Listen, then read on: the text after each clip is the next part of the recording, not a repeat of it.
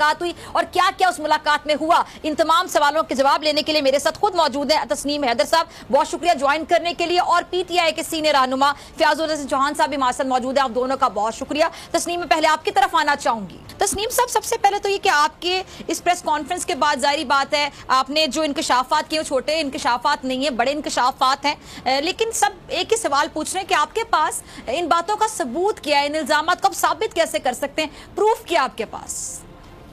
देखिए जी, इस मुल्क बरतानिया का लॉ है कि अगर आप किसी मीटिंग में बैठे हुए हैं और ऐसी जो क्रिमिनल एक्टिविटीज कंस्पायरेसीज होती हैं तो आप पुलिस को बताते हैं तो आपकी जो विटनेस है वही इन सब के लिए काफ़ी है। उसमें बहुत लंबी लंबी सजाएं होती हैं और सीआईडी पुलिस उसमें शामिल हो जाती है और उस पूरी इंक्वायरी करती है। उसके बाद उनको पकड़कर लंबी लंबी सजाएं देती हैं।